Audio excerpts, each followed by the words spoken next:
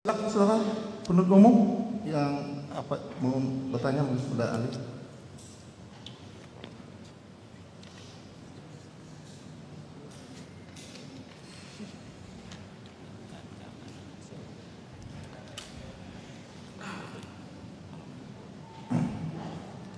Baik, saudara, kami mau nanya, bagaimana menurut saudara cara menyampaikan pendapat atau kebebasan berekspresi secara baik di muka umum?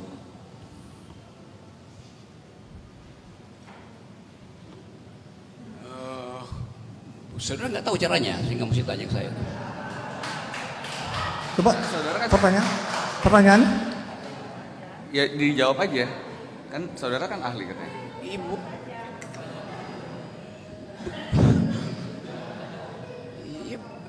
ya memang bisa saya jawab. Kan mesti ada mutu pertanyaan itu kan. Kalau saya nggak jawab, bagaimana caranya itu? Ya dengan mudah saya bilang nggak ada caranya. Karena kebebasan berpendapat itu adalah hak. Jadi nggak ada caranya. Yang mesti saya tanya, bagaimana caranya membatalkan orang yang menghalangi kebebasan berbicara? Itu pertanyaan akademis. Kan ini forum akademis, saya dipanggil di sini sebagai saksi ahli.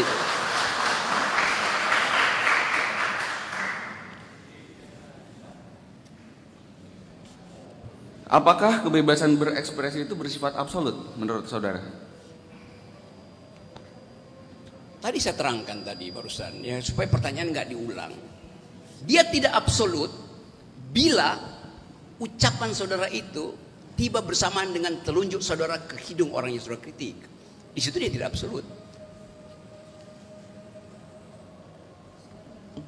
Langkah kedua dari berbicara karena berpikir. Jadi yang absolut adalah kebebasan berpikir, bukan kebebasan berbicara. Itu masalahnya. Maaf ya, karena ada adsen ya. Kita skor sementara ya sampai selesai adsen ya.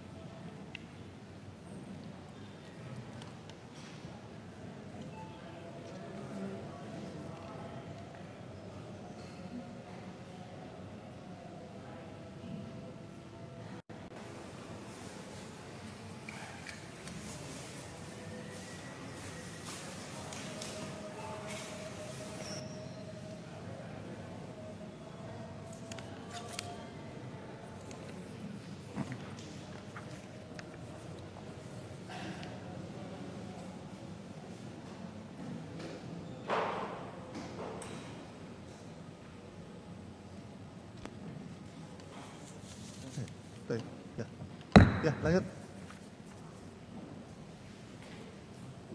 Ada? Apa pertanyaan? Ada? Ya, tadi udah selesai, saudara? Ya, Ya itu, jadi begini nih, cara bertanya begini nih. Yang absolut itu adalah kebebasan berpikir. Kenapa dia absolut? Ya karena dia statusnya ada pikiran. Begitu diekspresikan, ada alat-alat ekspresi, artikulasi saya, mulut saya, jenis bahasa yang saya pakai, itu menimbulkan kontroversi itu. Jadi mestinya Anda tanya, apakah kebebasan berpikir itu absolut? Nah, itu pertanyaan epistemik gitu. Tapi kalau nanya apakah berbicara itu absolut, dengan sendirinya dia dibatasi oleh alat artikulasi. Kalau saya ekspresikan itu dengan menembak orang, itu pasti tidak absolut dong. Jadi bedakan antara status ontologi dari kebebasan di kepala dan status epistemik yang ditimbulkan karena perdebatan akibat saya mengucapkan.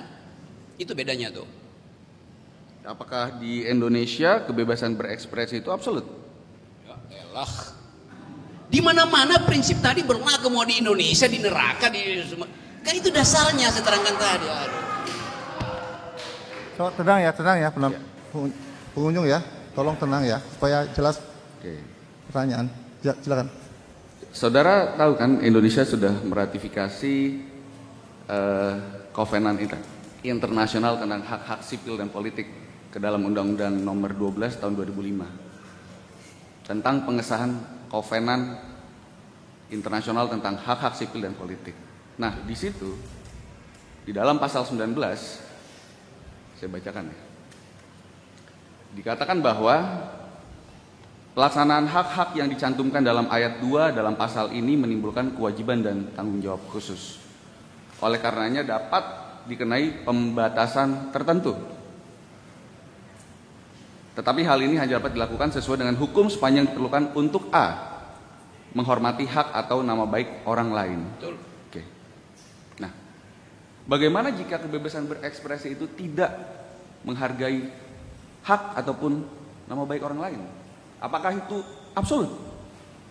Memang itu yang dimaksud. Tapi Kovenan itu juga memperhatikan hak publik untuk mengkritik yang orang lain dalam jabatan publik. Kan kondisionalnya di situ kan.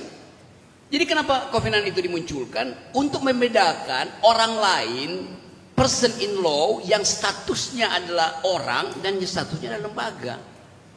Jadi pejabat publik itu bukan orang, dia itu lembaga. Itu maksud dari pasal itu. Kan ini perdebatan dari tahun 66 kan. Yang mau kita ratifikasi pertama adalah civil and political rights atau economic and cultural rights.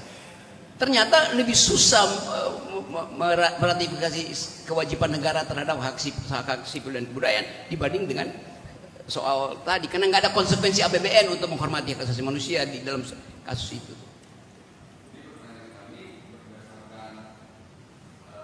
Kovenan yang telah diratifikasi oleh pemerintah RI nomor 12 tahun 2005 dikaitkan dengan kebebasan berekspresi absolut.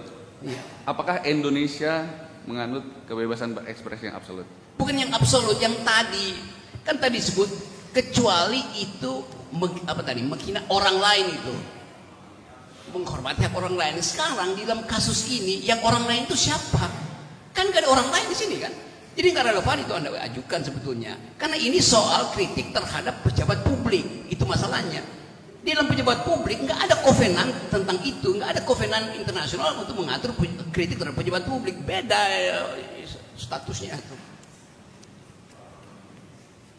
Ya, silakan. Ada. Baik Yang Mulia, sebelum tadi kami mencoba memberikan pertanyaan-pertanyaan pengantar dari rekan kami. Dari pertanyaan-pertanyaan yang kami anggap itu bersifat netral dan umum, ahli menjelaskan tidak bisa melepaskan sisi subjektivitas dari yang bersangkutan.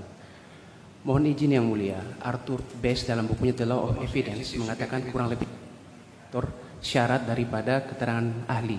Pertama, menyangkut kualifikasinya. Kedua, dengan topik. Ketiga, jenis dari keterangan ahli. Empat, corak kesaksian, dan yang kelima menjadi syarat utama adalah objektivitas keterangan ahli. Apa yang dari tadi Saudara Rocky jelaskan, dengan tanpa mengurangi rasa kami tetap melihat sisi subjektivitas daripada adanya konflik kepentingan yang bersangkutan. Karena yang bersangkutan juga dalam permasalahan lain itu juga terkait permasalahan. Jadi sangat-sangat tidak mungkin melepaskan sisi subjektivitas daripada ahli. Oleh karena itu kami menutup edah terhadap manfaat pembuktian kami. Terima kasih. Ya.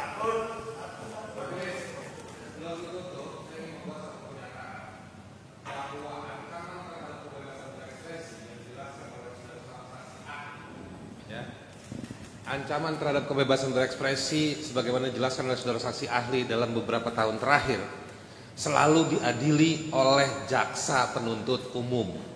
Jadi saya ingin mengatakan poin kedua saya bahwa institusi kejaksaan telah dipakai untuk membangun rasa takut di negeri ini. Terima kasih.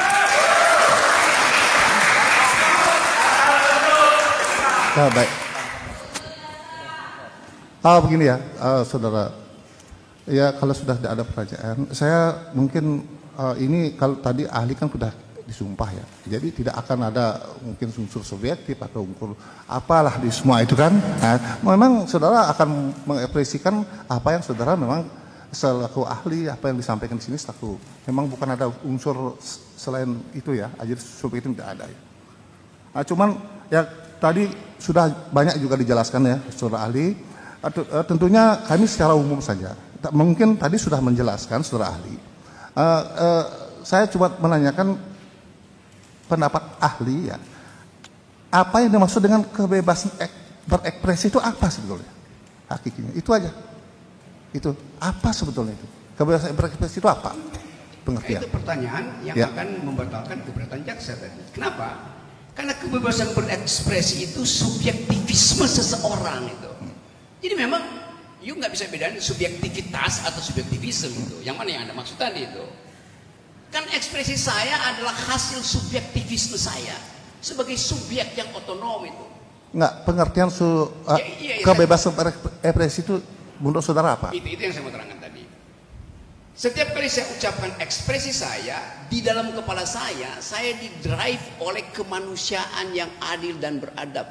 Tidak boleh berbohong di situ. Maka muncul subjektivisme.